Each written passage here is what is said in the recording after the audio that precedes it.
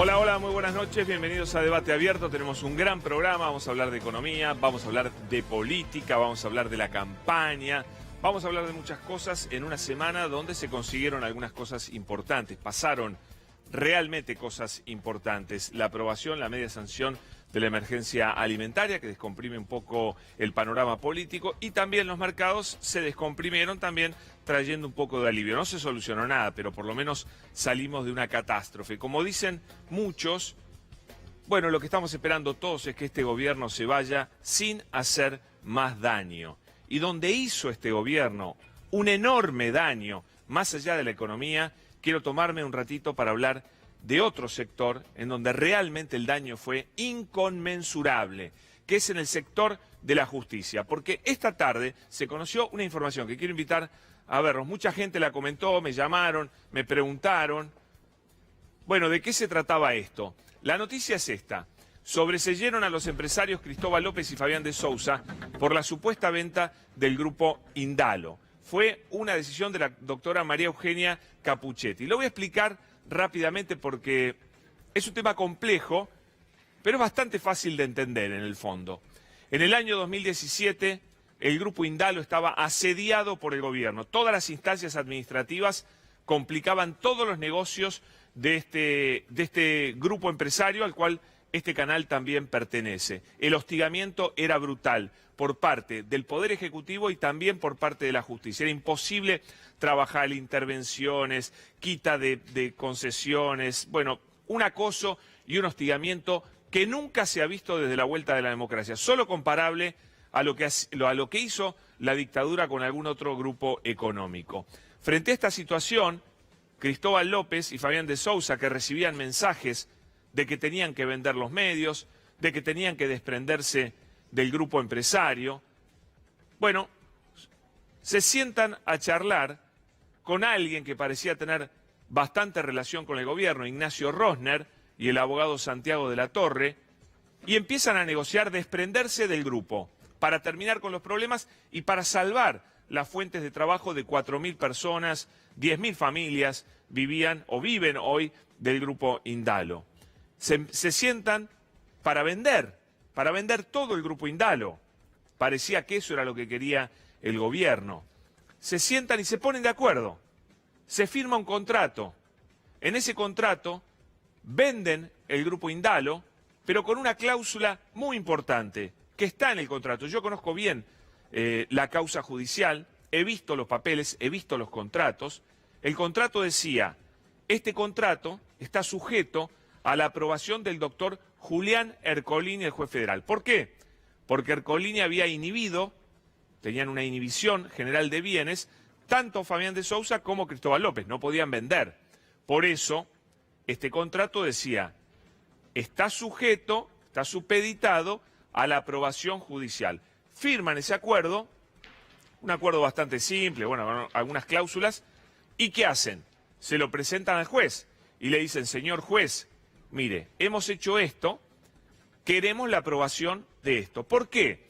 Porque Ignacio Rosner supuestamente llegaba también con fondos comunes de inversión, que iban a hacer una fuerte inversión, iban a recuperar el mal momento del grupo, se iba a poder pagar la deuda con la AFIP, que era una deuda importante, no 8.000 millones como se dijo falsamente, pero había una deuda que además la AFIP no había querido cobrar cuando Cristóbal López y Fabián de Sousa quisieron pagar. Insólitamente, frente a la presentación de ese contrato supeditado a la aprobación del juez Ercolini, Ercolini lo que hace es procesar a Cristóbal López y Fabián de Sousa y dictarles la prisión preventiva, una medida insólita, absurda e injusta. Inmediatamente manda a investigar si en esa venta había existido un delito. Mientras tanto, los metió presos y hace más de 1 año y medio que están detenidos en la cárcel de Seiza. Bueno, la doctora Capuchetti con el fiscal González empezaron a investigar, intervino en una pericia muy compleja, la Dajudeco, que depende de la Corte Suprema, que es la Dirección de Asuntos Complejos, de Crimen Organizado, bla, bla, bla, que investigó largo tiempo a ver si se habían vendido unas empresas. Les digo, nada más simple que saber si una empresa se vendió, porque las empresas tienen acciones que se registran, hay un registro público de comercio, es decir, es imposible vender una empresa engañando a nadie.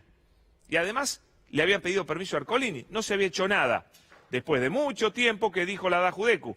Acá nadie vendió nada, nadie vendió nada. Cristóbal López no vendió nada, Fabián de Sousa no vendió nada. No hubo ningún perjuicio, no hubo ningún engaño a la justicia, no hubo nada.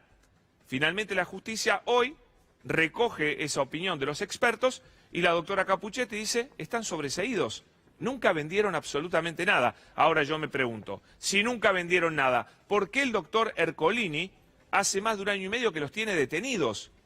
Es insólito, no hay gente detenida por problemas fiscales, no existe, solo en el caso de Cristóbal López y Fabián de Sousa, lo cual me lleva, para que usted entienda esto, a la declaración, porque se está sustanciando el juicio oral y público por las deudas fiscales, por la supuesta defraudación al Estado que habrían hecho ellos junto a Ricardo Echegaray. El juicio oral está en pleno y ayer empezó a hablar Fabián de Sousa y empezó a decir un poquito.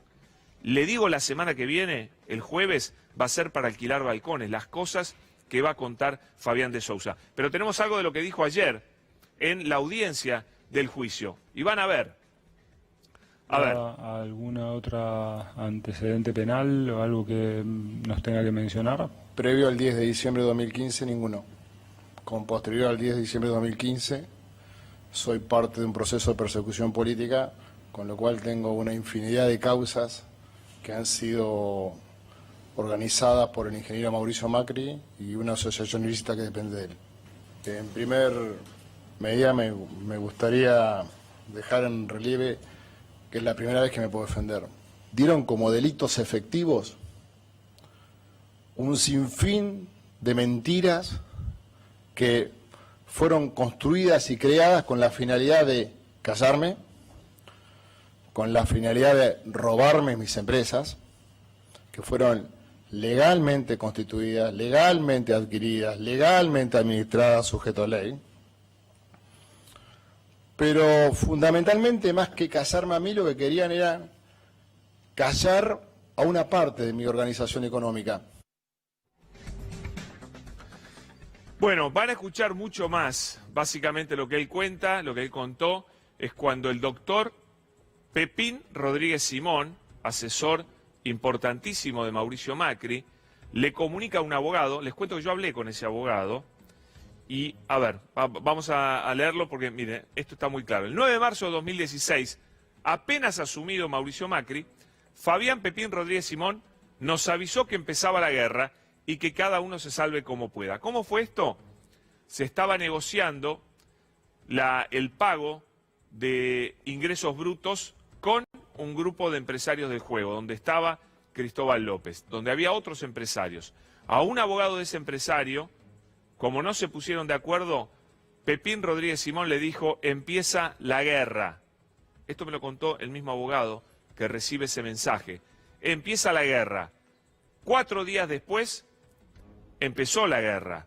A través del diario La Nación, de un artículo de Hugo Alconada Mon, que es un artículo lleno de mentiras, donde se decía que el grupo, que Hoy Combustibles, debía 8.000 millones y que eso era evasión fiscal, un disparate total. Ahí empezó la guerra que terminó mucho tiempo después. Y me olvidé decir algo, ¿saben cuándo los detuvieron a Cristóbal López y a Fabián de Sousa?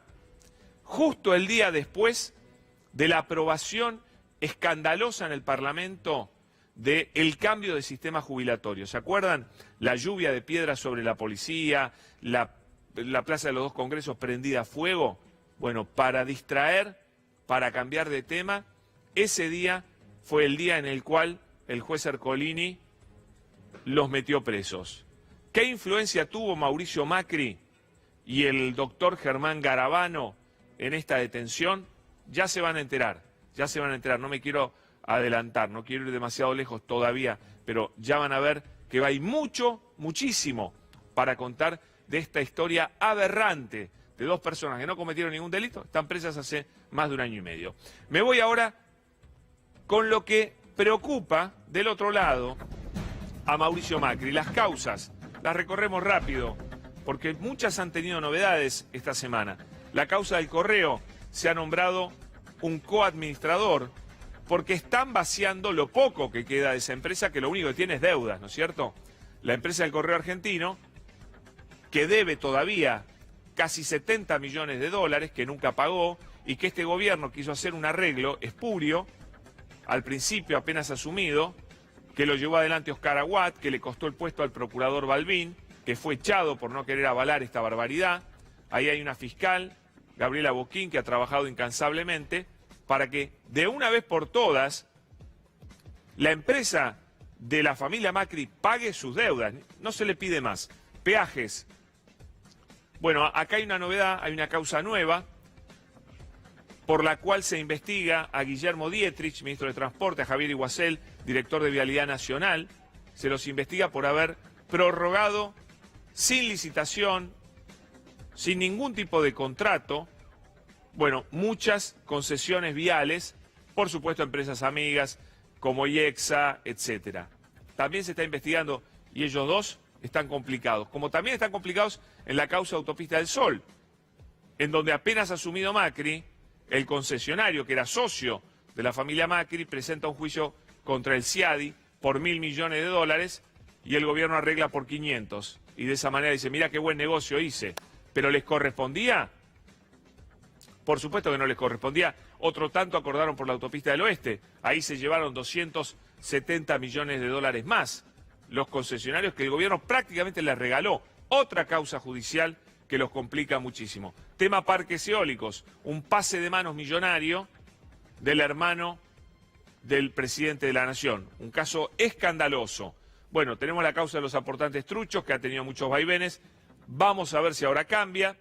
Tema blanqueo de capitales, blanqueo millonario por parte del hermano del presidente de la Nación, conseguido por decreto, porque la ley decía que los familiares de los políticos no podían ser parte del blanqueo. El soterramiento, bueno, ya sabemos el escándalo, el soterramiento, que bueno, que ya se ha investigado muchísimo y que tiene que ver también con Odebrecht y demás, y el D'Alessio Gate. Todas causas que desvelan a Mauricio Macri. No me quiero olvidar de esto. Igual, yo lo que deseo de todo corazón es que la justicia no vuelva a hacer lo mismo que hizo durante estos años de Mauricio Macri, que no vuelva a perseguir a los políticos, que realmente investigue con imparcialidad y sin presiones del nuevo gobierno para meter presos opositores. No hay que repetir lo que hizo Macri, porque Mauricio Macri le pidió por interpósitas personas a jueces que detuvieran personas.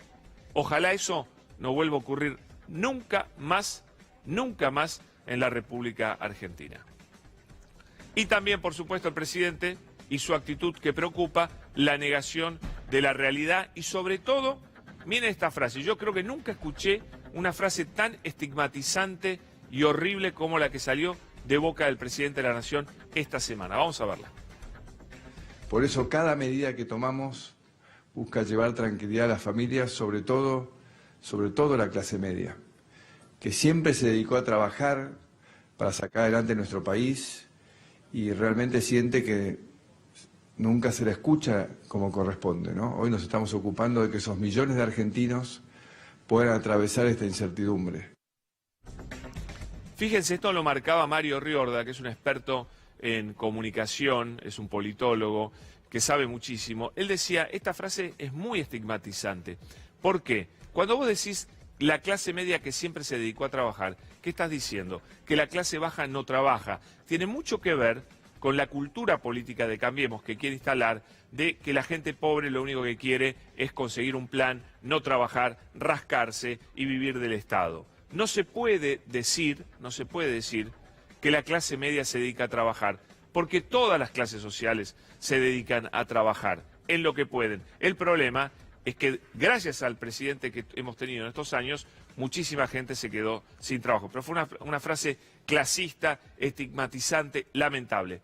Y después, una frase insólita, una explicación insólita tuvimos esta semana también, de parte de un diputado que sí conoce la pobreza, que es Toti Flores. Él la conoce, él es de La Matanza, de un barrio complicado. A ver. Siempre uno tiene que tomar marcos de referencia, digamos, ¿no? Porque el hambre es un concepto que cada uno lo siente como quiere. Pero si nosotros tomamos lo que ha sido la última crisis del 2001, bueno, no estamos en esa situación donde las ollas populares en los barrios se llenaban de gente grande que iba con mucha vergüenza y que tenía que ir a esas ollas populares porque no tenía alimento en su casa. ¿Qué le ha hecho Cambiemos a Toti Flores, que era un tipo llano, tranquilo, para que tenga que decir que el hambre la toma cada uno como quiere? El hambre es el hambre, no hay formas de interpretar diferente el hambre. El hambre es el hambre. El que siente hambre, siente hambre. ¿Qué es este eufemismo? Es el país del eufemismo que quiere instalar Cambiemos, ¿no es cierto? Cuando es hambre se habla de hambre. Y hay un hambre, no hay 5 hambres diferentes. Bueno, todo muy insólito. Mejor nos vamos a hablar un poquito de política. Tengo a 2 políticos importantes conmigo presentes hoy. Una diputada nacional como